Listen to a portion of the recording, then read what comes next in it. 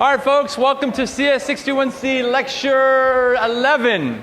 We're at the last stage of talking about how C converts to MIPS. We've seen that before. And today in particular, we're learning about the register calling conventions. So what do you do when you're calling another MIPS call, making another subroutine call with a JAL? What can you trust will be saved? What can you ensure will be possibly clobbered? And those things.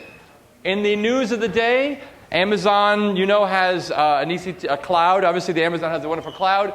There's a company called Cycle Computing whose job it is. They've made their job to be an intermediary between you and Amazon. And you say, I want these specs. And they will then make this compute cluster happen. So the cloud is out there, but there are basically a lot of virtualization instances you have to make up yourself individually. This cycle basically says it's all the same. It's all the same thing. It's all the same node. Lots of different nodes, but all the same environment. Makes it much easier to manage that. So what they finally came up with is they came up with this pharmaceutical, one of the top 5 pharmaceutical companies. They call them top 5 pharmas. They said, we need a lot of compute power for this embarrassingly parallel task. And they hired this Cycle Computer company. And what they came up with is 3809 compute instances, each with 8 cores, 7 gigs of RAM each, for a total, which 7 is a weird number, but for a total of 30,000 cores, 26 terabytes, and 2 petabytes for this one instance. The cost for the whole thing was $1,000 per hour. And that's piddly. That's nothing. I mean, $1,000 an hour, you pay that for like the energy from your own server farm. And that's nothing. And they got this done in a couple hours. It was an incredible thing. Read about this on Ars Technica. But fascinating to me that that's now available to you if you need that. If you have 1,000 hours and you need this really embarrassingly parallel thing, you can make use of an incredible amount of resources through this company. No one has since emailed me if you're listening remotely. So if you're watching the webcast and you want to shout out, please email me, ddgarcia@csberkeley.edu. In review, we have seen now a ton of different things. Arithmetic ops, some memory ops, decisions to be smart, some branches, and unconditional branches. I'm a little hot on the microphone. Bink, bink. We've seen all the registers now. You now know you guys are almost ready to do anything. The only thing you're missing is, if you're going to be making a function call, if you're going to say JAL something, what can you trust will be clobbered or might be clobbered, and what can you trust will be saved? So that's what today is about. But I wanted to talk about memory because this is now, we kind of leaked in this, and it was a really nice lecture where we tie in, where you're finally making use of the stack and making use of the heap, and you actually know what those pieces are. We didn't actually let's talk another level down behind that. This is our review. You see the stack as your frames. You now know how to control this. How do you get more memory on the stack? One line, 1 nanosecond or fewer. Yeah, add I, $SP minus whatever you want. Easy. Now you got some memory. Free, fast. Is there a check on that? If you end up having that overlap with where the top of the heap is that something that gets caught in C? No. And that's a problem, right? That is a problem. Anytime you use the stack, the system will just crash on you. There is no way to catch that. If you have a malloc call, you can say, malloc, recall, what does malloc do when it fails? Returns null. You can test it. You can gracefully exit. You cannot verify when the stack overflows. So you cannot reliably guarantee to any user that you won't crash. You cannot reliably guarantee that you won't crash, honestly. You want to try to sell this. You're a company, you're Microsoft. It's never crashed. No, it will crash because there's no way to catch a stack overflow. There's no way to catch that. So if you have enough recursion depth and your heap happens to be grown up to this point, you're going to overload that. You're going to overlap that label and you're in trouble. In general, the stack stores $RA, which is the return address, parameters, which are any parameters to a function, and also space for local variables. I say parameters to a function because if you have any more than 4 arguments to a function, A0 through A3, you got to store them in the stack to pass it into a function. Okay? So here is the animation. Here's exactly how this works. This is kind of cool. I'm in main, and I call A with an argument 0. All these guys are void. So now I need some space in the stack to have A. This is kind of like how you would translate this to C. You'd be moving down, you'd store some whatever local variables you need for that frame of A. To know that after A is done, you got to come back to right below A. So that has to be stored here. So now you're in A, and what A means, you got to bring the stack pointer's there, by the way, and now you're in A, and you grow the stack down to here, and now you have your local variables for A, which might be, M is probably in A0, but you need at least to save RA, because you're going to make a function call in A. You got to remember what RA was in A to go back to where main was. You got to store that guy. And you keep doing this. Right? This is all the same. Bink, bink, bink. You call C. You call D. Now watch this. Here's the best part about PowerPoint. D returns, and the stack point frame goes back to there. Does C erase the stuff in, what color is that? Orange. No, your answer is whatever the fastest thing you can do is. Is it faster to erase or not erase? It's faster not to erase. The answer is C doesn't erase then. And you keep going back. And you keep bumping back. It's kind of like a literal stack, right? It's push, push, push, push, push, pop, pop, pop, pop, pop. If you turn this upside down, it's like the actual stack of dishes. Okay, you keep going back to here, keep going back to there, keep going back to there. That's the idea. Okay, every time you return, you're basically moving SP back up. Every time you call something, you move SP down. That's how it works. And if you have a recursive thing, you're just going to keep going down, down, down, down, down until you hit the end. If it doesn't hit the end, you have a traditional Stack Overflow, and you keep going. Question there. You had a question. Say it again. What prevents?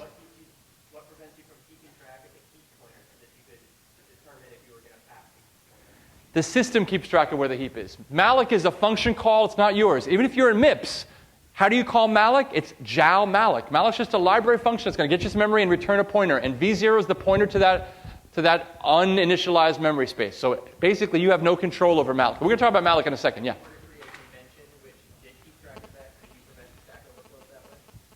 Well, here's the thing. You do know, if you're making calls to malloc, what the highest point of heap ever could be. But you don't know how much static stuff there is, really, and you don't know how much code there is. So when it's all loaded up, you kind of know what you're doing in malloc because you control that, but you don't really know where that starting point is to know what that additional point might be, really. So you can't ask that question, unfortunately. So here's an interesting point. I love this piece of code. Because people, you know this on the top level, but you didn't actually know the picture. This picture you didn't know before this. Let's do an example. I'm in main. I have two variables, stack address and content. Stack address is equal to the pointer that pointer returns. What does pointer do? It makes a local variable y, sets y to 3, returns the address to that. Already you know that's illegal. We shouldn't do that because that temporary space for y is going to go away. But now you know exactly why that's a problem. Because, watch this, I'm in main, I then call pointer. I move the stack pointer down, I make the frame for that guy, and y lives in that memory below, right? There's the main frame and there's the pointer frame. And y lives in that pointer frame.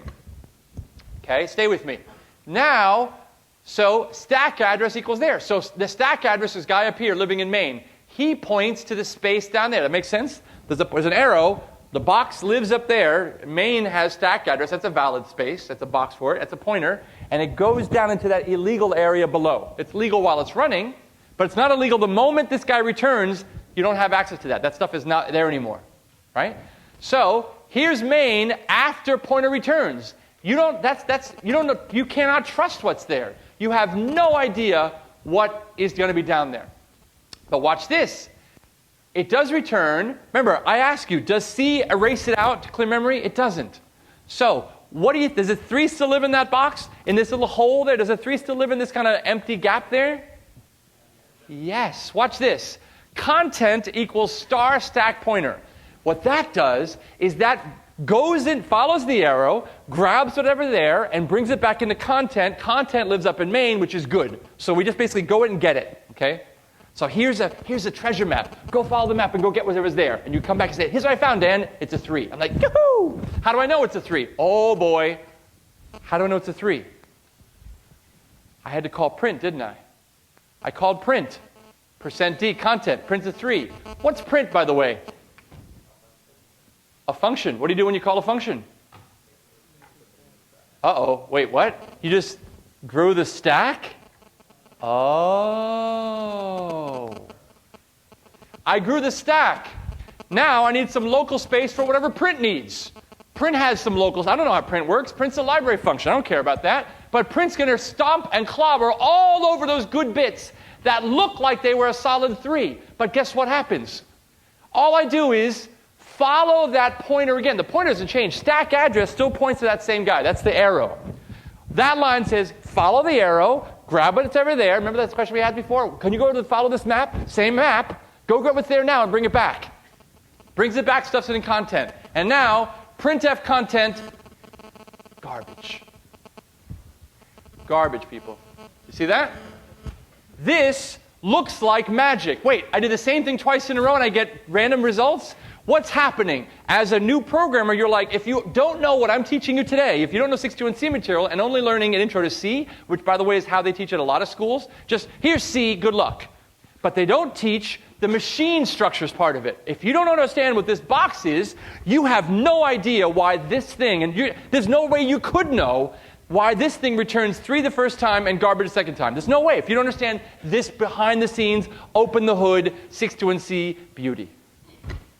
Let's pat ourselves in the back. Huh? Now you do. But now you do, and now you understand that. That's cool. One thing, by the way, I forgot to mention. Remember we saw how we slowly called, it was like, what was it? Something called add. It was like sum squares calls mult. Do you remember that? Sum squares calls mult. And we had to kind of copy x to the second argument of mult. Remember that? So we copied that so that A1 got A0. Do you remember this at all? Oh, so painful. Okay, I wish I had a picture. One of the things I forgot to tell you is, if you want to make your code really slow, let's say you have 4 functions. Foo calls bar calls baz calls garply. Foo has an A, B, C, and D. Let's say you just have four arguments, A, B, C, and D, right? And you call bar, but bar decides to call baz by reordering them. It's now B, C, D, and A. Well, A0 through A3 were all set up to be A, B, C, D. If you reorder the order of these things, you slow yourself down. Because in MIPS, you have to reassign what A0 through A4 is. If you keep the parameters in the same order, if A is always in A0, if B is always in A1, if C is always in A2, if D is always in A3, and they call foo, calls bar, calls baz, calls garply in the same order, you can just say jowl, jowl, jowl, jowl, jowl. But if you reorder them, every time the parameter is in a different place in the argument list as it was in the previous guy, you need to be moving that. There's time taken to move them over to the different A to make it work. That kind of interesting? So think about that as you're writing C. This is now advice for a C programmer. This was advice for a C programmer. Don't do this kind of stuff. And another advice is to make your code as fast as possible. Look at the ordering of your arguments, and something that you're going to use a lot, put it first in the argument list, and keep it first. So that as you're moving around, it doesn't have to keep moved around. That makes sense a little bit? I'm trying to help you guys be better programmers. All right. So, memory management. You don't touch code and static. It's done for you. Code is big. The system does that for you. Static is big. System does it for you. Stack frame is easy. We saw how to do that. Okay? But the heap is tricky. You don't do this. You don't have to worry about it, but you are managing it in what you call to malloc.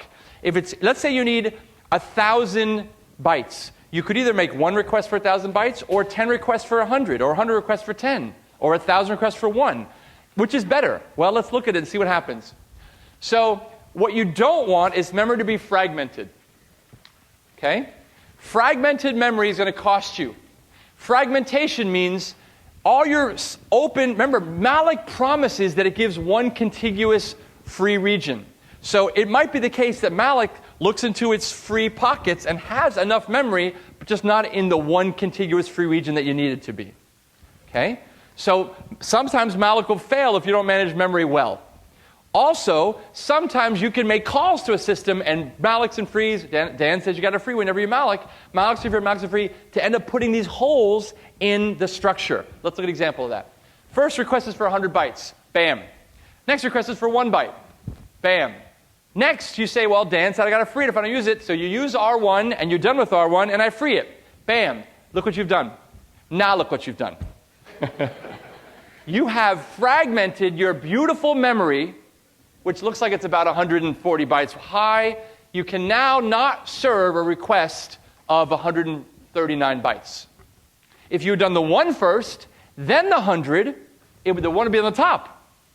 You free that, there's my 139. I can still do 139, but now I cannot. You say, hey, Dan, can I get some memory for 139? Nope, sorry. I only have 100 and a 39. Sorry. So, look at the pieces here. Memory has become fragmented. We obviously know that how does malloc work? And guess what? If you had taken this course more than a year ago, so spring of 10 or before, you would know how malloc works, because we're going to open the hood on that and tell you one implementation of how you could work malloc and how you could be fast and optimal and all that stuff. Here's the one-sentence answer, what we taught you in that lectures. Here's a list of all the free things. It starts with one object. It starts with one item. It's called the free list.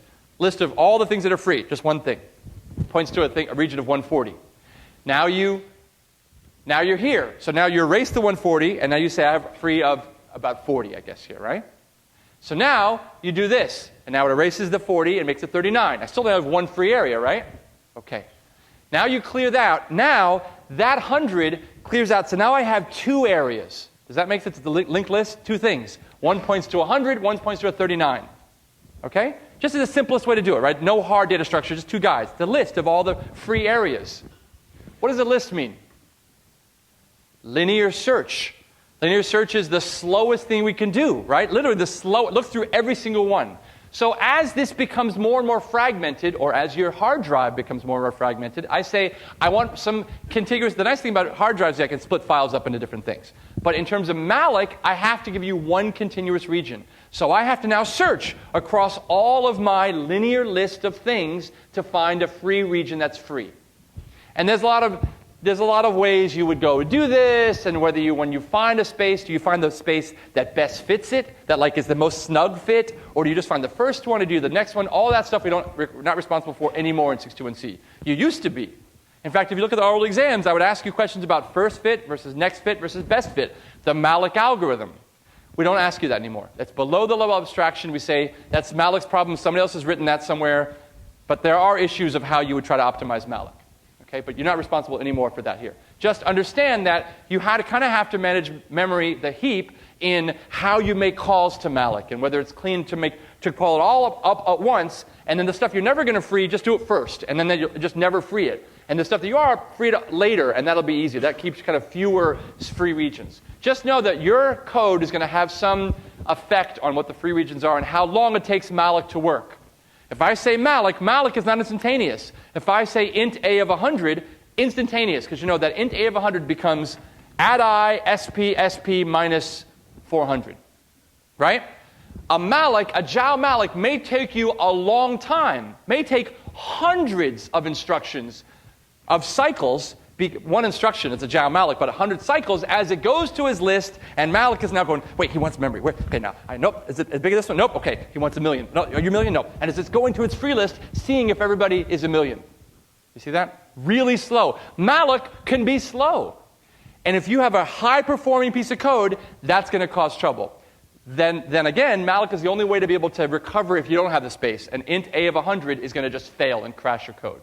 So there's a little bit of a trade-off whether you use the local array in stack or whether you use malloc. All right.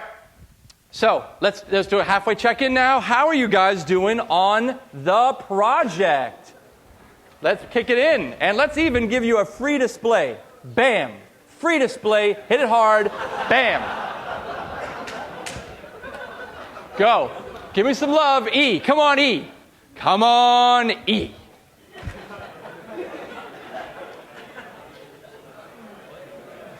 Okay, so now what this is telling us, by the way, just I don't know if you realize, but you are telling us a message. What you are telling us is that we give you a 2-week project, and you don't start until a couple days into the second week. Am I right? Isn't that a message? Okay, so from now on, take the 2-week projects, make them all a week, and then, no, I don't know. All I'm saying is, I think you should have more A, B through E's. That's all I'm saying. I'm just saying. Okay. All right. And who knows about the... By the way, we had 3 people in the class. Who knows about the other 130 who don't even have their clickers to vote in how many A more... imagine 130 more people in A, right? Very good. Okay, good stuff. TAs, any updates? There was a lab canceled or a power shortage this morning at 8 o'clock. Satarjadai had a new generator. A scheduled facilities update on Satarjadai Hall. But there was an 8 a.m. lab, though.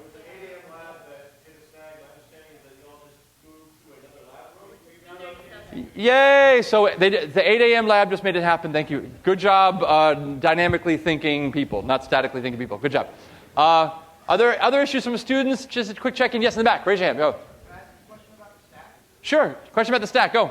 If before you push anything to the stack, in order to make room by incrementing the stack pointer, it seems like you would never put anything at the top or the bottom of the stack. So there was a question about if you have the stack and you always have room. So here's SP. It points to the bottom. If I need, in the example before, I need two words. So I'm going to decrement stack by 8. This is minus 8. That makes 2 spare guys. And now I store one thing in store word $RA $0 SP, and then RA goes here, and $4 SP, and that goes here. So it's just exactly right. It's just exactly right. Minus 8, it just exactly works. So you never end up putting anything into 0 with spot. Yeah, here's 0. 0 SP, that's what this is. So that's the 0th option of where the stack pointer is. Correct. If you consider the stack an indexed array starting at 0, you never put anything in that top box. You always decrement by. No, even if the whole thing starts, here's the stack, nothing at all. If I want to put one thing in there, I'm decrementing by 4, and it goes to the bottom here, but this is the topmost word, so it will still store the topmost guy. You're fine. You won't. It works. Okay, so this is the fun part. So now let's talk about, by the way, the answer here was E. Okay. So let's talk about calling conventions. We talked about how one function foo might call another function bar. We saw A calls B calls C calls D. What are the conventions about what can I trust of my 32 registers to be preserved across the call? I'm going to have some work that I'm doing in my local caller. I'm the caller, and there's the callee, the guy receiving my call. Okay? So what can be changed and what can't be? So in green are the things that are saved. Saved is good. Green is, in this world, good. Okay? Like go. $0 never changes. Yay! That's one off my list. Okay. $S0 through $S7 at the S's are called S registers for a reason. Now you know why we call them S or saved registers. It means that I can store some local stuff there, and as I call my subroutine, Zhao, whoever, Zhao, Manjan, all the registers you want to, as long as they're in the calling conventions, that's my new function name, when it comes back, my S's won't be touched. That's a promise. That's the register calling convention. You can violate them, but you run the risk of not working with any other code that's playing nice with these conventions, okay? So S's are always saved across a call. By the way, this came up in office hours. People kind of got stuck because they didn't know this. That was kind of fun to push you that way. And SP, you can change it, but again, you got to restore it if you do change it. Because we saw that last time, right? I'm going to go back to my memory and try to get my RA, my own RA and my own A1. SP better be the same SP because that's otherwise it points to somewhere else. That makes sense. And guess what? Everybody's saved starts with an S. Ha-ha. Isn't that nice? So easy to remember. SP or $S is the only guys that are saved. The only page. 0 and the S's. Uh-oh. You know what that means? Everything else is volatile. Volatile means you can't trust it. Could die at any second. Okay? So, RA can change. And in fact, it will change. Okay? That's why you have to save RA if you're going to call somebody else, because they're going to need to. Because RA has to have changed, because that's how they get back to you. $RA is how they get back to you. So they obviously have to change RA. The V's can change. Why? It's obvious. That's their job to make the change, right? I call a function. I want the answer. The answer is in my V's. So obviously V changes. The A's can change. That might have affected people's peer instruction questions last Monday. Because the A's change as well. Can't trust those guys. And the T's can change. You ask yourself, how do I remember this? If it doesn't start with S, it is not saved. Everything else is volatile. Or 0, I guess. Okay? We'll call it 0 from now on with an S. Okay. Anything else? So that's the rules, okay? So what does that mean? What ramifications does it have? It means two things. If function caller calls function callee, think of like main calls foo, then caller must save any temporary register it wants, it needs to use, before making the JAL call. Now, if the temporary register is the A and I don't need A anymore, then don't need to save A, because I'm going to call it, that's the transfer of information, that's the call by value. Now you know why it's called by value, right? Because the copy became in A's. It's just a copy. Memory is where the real data lives, and A is just a copy. So I pass call by value to whoever, that can get monged on. If I don't need the A's afterwards, I don't need to save the A's. If I don't need the T's after, I don't need to save the T's. But if you need them after the call, you got to save them before then, because you know that, I promise you, every callee is going to trump on everything. You can't trust it. It's like trusting that the 3 would be the same thing. It's not going to be. So can't trust anything unless you save it, okay? Callee, what's the callee? Just now I'm in foo. Main calls me, now I'm in foo. And not to say I don't call anybody myself, so I'm just a pure callee. I'm just the bottom of the call chain. Foo, if I need any, can I store any, can I clobber an S? Here's a computation. I want to store some data in an S. Can I do that? No, I cannot do it unless I save S first to memory and then work with it, right? That makes sense? Can I immediately write to T without doing any work? Yes. Can I write to any volatile register? Yes. If I'm just the bottom of the call chain, as long as I don't touch the saved guys, the SP or S0 through 7, I can touch anybody. And that's cool. That's fast, and I like that. Okay? So that's it. And again, you don't need to save. People sometimes graduate this, unfortunately, and thinking, oh, okay, so I'm a callee. I need to save, so I'm the caller. I'm going to call somebody. I better save all S's, whether I put something there or not. No, you only save the guys you use. Obviously, you don't save all 8 S's for no reason. Don't write to memory if you don't have to. Okay? So, peer instruction. And then, this is cool. We've actually gone a little fast. I get to do some extra slides. I gave you the longest handout in 61C history. And there's never been a case where you had a 4-page handout with slides on every single page. Because there's some bonus stuff that I want to make sure you got, and I'll be able to go into that stuff now. So let's do the peer instruction quickly, and then see if we can do that. And maybe this is too easy, because I kind of said the answer. Ready? Go. I'm caller. I'm going to be reading and writing S0, V0, T0, A0, SP, and RA, and memory. Then the question is, I'm going to push some registers to the stack. I JAL E, the call E, and I'm going to reading and writing, again, the same guys I did before. And then I go back. And now I'm call E, and I'm going to be reading and writing all those guys down there. Okay? What do I need to push in caller before I call E? Okay? I'm reading and writing everything I can in the caller. Then I save some stuff I need to, then call the E by calling JAL E. And then after the call E, I did the same thing. Rewriting all that stuff also. And E reads and writes everything. All according to register conventions, okay? All the legal thing. This is the legal thing. So what does R have to push to the stack before the call to JAL E, which is that guy in green? That make sense? Okay. And here's a list of 6 things, 1 through 5 of those things. One of the few cases where I actually don't mind that there's only 5 choices.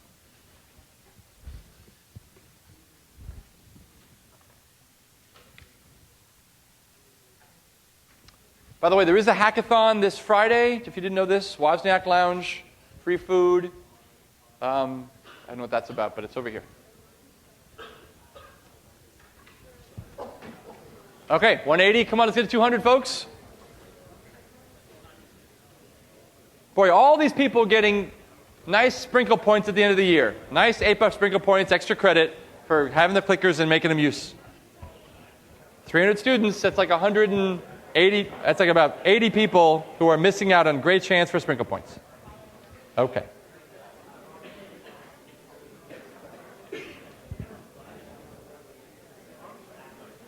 How are we doing here? Ooh, a nice spread. All right, let's stop. Talk to your neighbor. Go. Figure out what the right answer is based on your neighbor's discussion.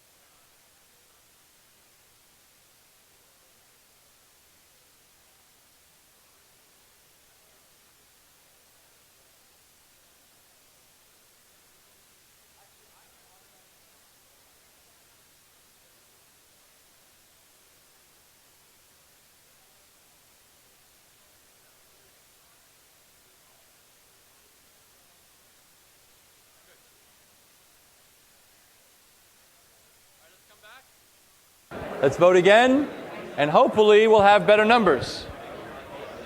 The numbers weren't so good on the first part, so let's see if we can bring it back to the right space here.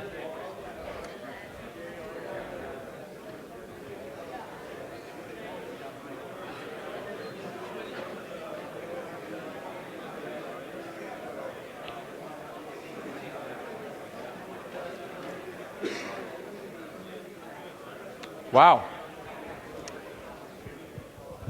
Just about the same. Okay, you're all sitting near people who think like you. The numbers haven't changed. It's pretty funny. Okay, last little bit. Okay. Close it up. Keep voting the last second, and then here's what we got. And it's interesting because of that slide. So S is saved. Those are volatile. So you got to save everybody that's volatile that you've been messing with. So D takes it. Well done, D. Okay. Questions on that? Quite a few people got it wrong. So let's questions. Yeah, stop it. Shh. Go ahead. Is it V0 for the value that R returns? Does this mean you only need to set it when R returns? If I have, the question is, isn't V0 the guy R returns? It's true. R is going to return that. R may clobber. R may be a void. Who knows? The point is, I had a V0 that I was using based on some other call, and if I'm going to call R, I got to save V0 also, because I know that R is going to clobber it. So if V0 had a value that I wanted later, that's the point. I had data that I wanted later. So if I have that, I got to save it. Yes, question. Shh. Wouldn't you also need to put S0 and SP if you wanted to work on them and change them? Because you have to save and then restore them afterwards? If I want to work on them and change them, I don't have to push them before and after the call of JAL E. That's the point of this question. Because I know that E is not allowed to touch my S's. So I had data in S's. I'm going to call JAL E. That data is still there. That's the arrangement that E has with me. So that's the idea. Okay, yes, Christina. But when you jump to a different function, don't you expect V0 to be changed? Correct, yeah. If I call it, I expect V0 to be changed. The point of this question was, if I had a V0 that I was working with, and there was data that I needed, then that V is going to be 0, because obviously E is going to clobber it. Yes? So if you wanted to change S0 and SP, you have to store them. Exactly, that's exactly right. From the point of view of E, if E wants to change anybody of the S's, it has to store them first, change it, and then restore them so that across the JR, it looks like I didn't change them at all. Exactly right. Okay? And there's a really fun analogy that I used to give about lending your keys to a friend. Rather than talk through it, I actually had you read it. So it's actually a slide that I just gave you as a gift of my kind of, you're a friend and you borrow the keys from somebody and you lend your keys for your house to somebody else. I put it in the slide. That's why you have a 4-page handout, because I want to go to actually some real material, and I have 15 minutes. Let's see if I can hit that. So this is the end of the official lecture with there. I haven't taught you logical and shifts, which is what I'm going to do right now. So bonus stuff, I'll go right into there. So there are some times when you want to think of those 32 bits in that register or in memory as 32 independent light switches, not encoding a word, not encoding an integer, not encoding a float, not encoding 4 characters, literally 32 separate light switches, 32 separate bits. And these are called bitwise operations. So you may have wondered, if you were a first-time programmer to C or Java, what the difference between 2 ampersands and 1 ampersand is, or 2 OR signs and 1 OR sign. 2 of them means logical, so it just means a 1 or 0. I'm assuming whatever it is, it's a 1 or 0, the output. Bitwise is the word for the single one, and what that does is it treats them all as 32 parallel ORs and 32 parallel ANDs. It's really quite cool, and it's only really used if you want to play with them as bits. So here's an example. Make sure you know this table. This is a table I'm sure you've seen before. A and B is only true when both of them are true. A or B is true if either A or B are true. I don't know if you know that this is a way to look at that table. Who's seen this guy on the right and knows this guy on the right? Raise your hand. Wow. I'm glad I'm showing it to you. It's only like 10 people out of 300. So if here was what A is, listen over here. If A is 0, how does A and B relate to what B is? If A is always 0, how does A and B relate to what B is? It's always 0, right? It doesn't even care what B is. Therefore, if A is 0, A and B is 0. How about if A is 1, how does A and B relate to B? The same. It is B. Do you get that? So what's cool about this is that if I have one input, just B, and the other guy I tie to a switch, if I turn that switch to 0, it ignores B and makes it 0. It's a reset box.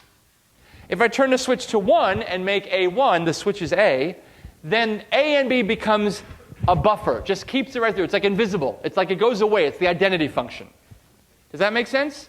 So it is just B. If it's on 1, it just takes B and takes it right through. I ignore you. But if I turn it to 0, then it stops you. It goes, I don't care what B is. Talk to the hand, B, because I'm going to be 0. Make sense? Now, how about A or B? Stay with A or B now. Ready? Watch. It's exactly the same kind of discussion. Look, if A is 0, how does A or B relate to B? It's just B. You see? Look, B is 0, 1, A or B is 0, 1. So it's just B. If A is 1, how does A or B relate to B? Talk to the hand, B. I'm going to set it to 1, right? So now if you use an OR, it's like, put it to 0, it lets it pass through. Put it to 1, it sets it to 1, ignoring what B is. Right? That is so cool. And that's at the heart of what bitwise operations are about. For example, this is just saying that these are all R-type guys. These are logical operations. Here is Z, and bitwise AND is written Z equals X single ampersand Y. Bitwise OR is Z equals X single OR Y. Okay? So watch this. And you have AND and ORs and AND I and ORIs bitwise. So watch this. Here's 32 bits. Here's my mask with all zeros and all ones here. If I am doing an AND, what is an AND again? Remember, AND is, if it's 0, it resets it. And if it's a 1, it preserves it. So watch. I just, what we call masked out these bits, keeping these guys, resetting the other guys. Isn't that cool? And exactly the opposite thing happens with OR. So I could, is there an extra F that's missing here? There's an F that's missing here. Oh, no, sorry. This is like the last 3 Fs. That's fine. So this is how you do AND-I right there. T0, T0, OXFF. And that just masks it out. And you can do this thing. We saw this also with Louis ORI. You kind of saw the Louis ORI a little bit, how you can kind of just stuff bits there. So if here is an ORI, and I had OX 1, 2, 3, 4, 5, 6, 7, 8, if I ORI with FFFF, it turns on the lowest bits. So I can either turn them off with an AND, or turn them on with an OR. So I can basically set any bits and turn them off or on independently in one instruction. Okay? That's going to be useful for many, many cases. Questions about this? Yes?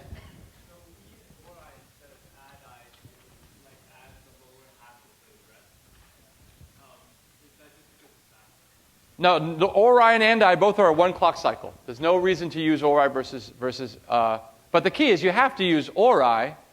If you were to Louis ORI, why couldn't it be Louis AND-I? Yeah, in the back. Let's go back here. I want to either preserve it or, so Louis ORI, so I'm saying the upper guy is set up, right? The upper 16 is set up. And now I want to set the lower guy, but keep the other guys there. Oh, you say add-I or and? Oh, I see. Add-I would be fine, I guess, too. I think add-I would be fine, right? Just adding them. Okay? All right. So and is no fast. Or and add are all the same speed. 1 clock rate, 1 clock cycle. Nothing's faster than the other, right? Okay? And, or, and add, all the same speed. They're all R-type instructions fast. Yes? What's the difference between an arithmetic shift and a bitwise shift? And a what shift? Yeah, we have an SRA. Yes, that's here. That's here. That's here. Let me see if I can find it. So you're asking about arithmetic shifts. I actually have that slide here. Shift instructions. Bam. Okay. This is a shift instruction. Shift right by 8 bits, you always fill it with zeros. Okay? Which might take a negative number and make it positive if it's a signed number. So what we use is something called SRA, which is shift right arithmetic, which preserves the sign. So if I have this big negative number, it might be a big number or a small number, it keeps it at the same number. It just divides it out. Question? So the and-I, isn't that going to sign extend? The and-I instead of the or-I, isn't that going to sign extend? Add-I would. You're right. Add-I would sign extend it. That's right. Add-I-U would work. They both sign extend. You're actually right. They both, that's exactly right. Add-I and add-I-U both sign extend the 16-bit immediate field. That's exactly right. So that's not going to work. That's your question. We have to use or. Yeah, sorry about that. Thank you for the correction, TAs. Oh, there's a question. If you're taking the midterm and you're a DSP student, come talk to my head TA to deal with those issues about what room you're in. Yes, question over there? Okay, so SRA, is that clever? I forget who asked the question, but is SRA cool? I'm jumping around. I want to make sure to cover all these cool slides that we're skipping before. You guys saw, I saw the uses, bitwise. I did this already, right? Didn't I do this already? The mask, I did that already. You've seen Fibonacci already in lab, I think, right? Useful to go over again or not? Who wants to see Fibonacci? 5 people. Okay.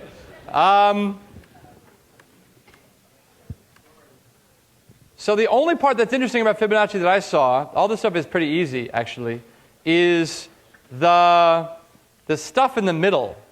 Like, you've got this n minus 1, and then you can do this, but you have to save n because you're going to be like doing another call to n minus 2 later. So here's where I save what n is. Then I call, actually this is n minus 1. Then I jow fib. And now fib came back with a v0 there. I now have to reload that into the first guy. So that now a0 has to be n minus 1. And then I make it n minus 2 with this add-I. You can see it there. And now I also have to save the v0. This is what we talked about now. Now this kind of makes sense maybe. Now that you know what the v's and the s's, I have to preserve the results of here somewhere. Where do I save it? As I'm going to call it again for n minus 2 case. Save it to a save register. S0. But what does it mean? I had to have saved S before, because I can't just clobber an S as any subroutine. So if you go back, one of the first things they do is they actually save, I actually save S0. So I give myself one free spot to save a temporary register value. And that, by saving this immediately, means that now I have S0 that I have as a spare space. So if I call fib once and the v0 comes back, which is the answer to fib of n minus 1, I can store that in my S0 because I know I have that because I've saved it already. That's the important that you might not have gotten this back in the days of your lab, but now it makes sense. S0 is now part of things I can save to and trust that it preserves across the call. That's the fin. You notice, by the way, I have to restore S0 also, put it back, because I'm the subroutine. You know, it's this recursion doing that thing. So I'm the caller and the subroutine. So here's where you store the v0 of this guy, n minus 1, into S0. That now makes sense. Now I do a jow fib. See, get it? Place it somewhere. It won't get clobbered, but I just exactly said. Now I say jow fib. Now I know S0's got this guy. V0's got this guy. I just add V0, V0, S0, and there's my return. It's all nice and pretty, and that's the whole thing there. This is the whole thing for that, and there's a closing piece where I have to restore this back pointer, but it's beautiful. This is actually really beautiful, if you think about it, in terms of how I have one program counter, but I make recursion just somehow work, remembering all this stuff. That's really cool. And key to it is what we learned today, register calling conventions. I know about the S's, I know about the V's. Now I know about it. Now I know why this works. Question? Yes? Is this just an academic exercise, or is there like some kind of benefit to doing it recursively instead of iteratively? This is an academic exercise because if we know about Fibonacci, we know that this is a really bad way to write Fibonacci. So just like I talked about before, do I always have to store, what did I say, A's and SP if I'm going to do factorial? There are ways to do an iterative factorial. You want to do an iterative Fibonacci. This is like the first exercise, I believe, in 621A. Right? Isn't that first exercise like thinking about this stuff and how to think of Fibonacci moving it forward in an iterative way rather than a recursive way? Because you can only get to like 27 if you do Fibonacci normally without overflowing, but you can actually, well, that actually has to do with overflow. But anyway, the point is, factorial 27 overflows it, but Fibonacci 27 you can still do, but it just takes forever to do 27. So that's this is how you motivated memoization. Remember, in the forward way to do this, all that stuff. That's all 628 stuff. But anyway, this is a cool part to see that C code. This is the kind of thing we ask on an exam, by the way. We say, the easy thing is, here's what I've done a million times. I show you this code, and I say, write the C code for that. And you go, what? And if you would go back, if you can, 2 months, you're like, this is Greek to me. But now it's like, oh, let me see what they're doing. Oh, I get it. They're moving something. Okay, there's 2 JALs. Therefore, there's obviously 2 recursive calls in my thing. I'm starting to, and then all of a sudden, C code starts to evolve from this MIPS. It's a kind of an easy thing we always do on exams. So think about that. Look at my old exams. You'll see that kind of same pattern. We'll do the same thing this year. Did I cover everything? I covered 48 slides. Are you kidding me? No way. No way. Wait, let me check. No way. Oh, I have my parents leaving for the weekend analogy. Do you want to see that? It's analogy. It's analogy. Okay? I don't know what the PowerPoint problem is. Okay. You can read this. This is fun. You can just read this. I had this whole thing where, okay, now you're the parent and you're the friend and risky bit. It was a fun little act I used to do, but I'll give you guys a break. Leave a couple minutes early. All right. On Friday, Mike takes over. So caches start on Friday. Let's do it. Good stuff.